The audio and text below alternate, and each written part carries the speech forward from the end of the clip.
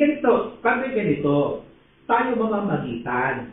Okay? Kasi nga yung mama, ulit. Ha?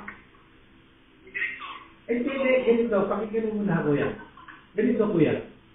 Nung pumutok yan, nagkausap kami. Sabi ko, kuya, matalimugot yan. Nag-aaway ang Duterte at Marcos.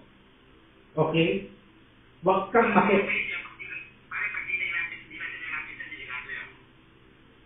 Kaya nga ganito, padre.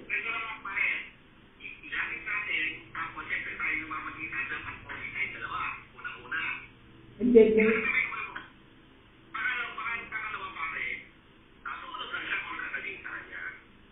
Yung kuya, padre, no? Naiintindihan ko yun. Kaya uulitin ko, padre, yung mama, hindi niya ginusto ang sitwasyon niya. Hindi niya ginusto, padre.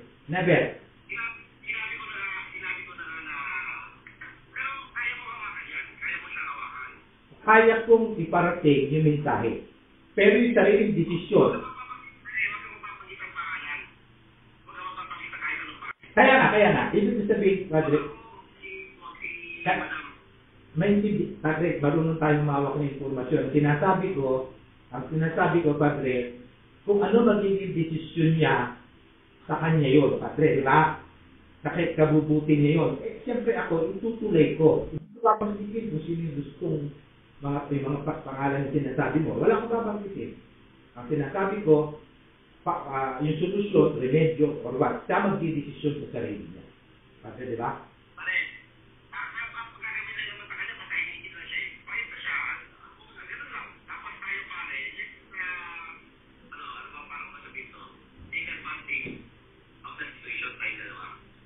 Hindi. Matulungan natin, padre. Kasi siyempre yung mama.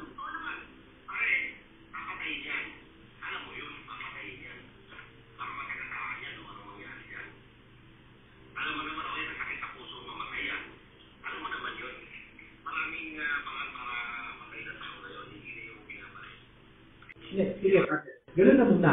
Para nasa kabiti ka.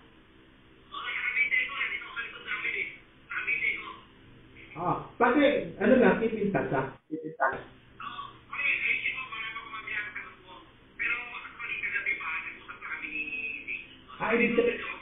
Ibig sabihin, para kilala ko lang. Ibig sabihin na tumawag si Lam pala, kay James.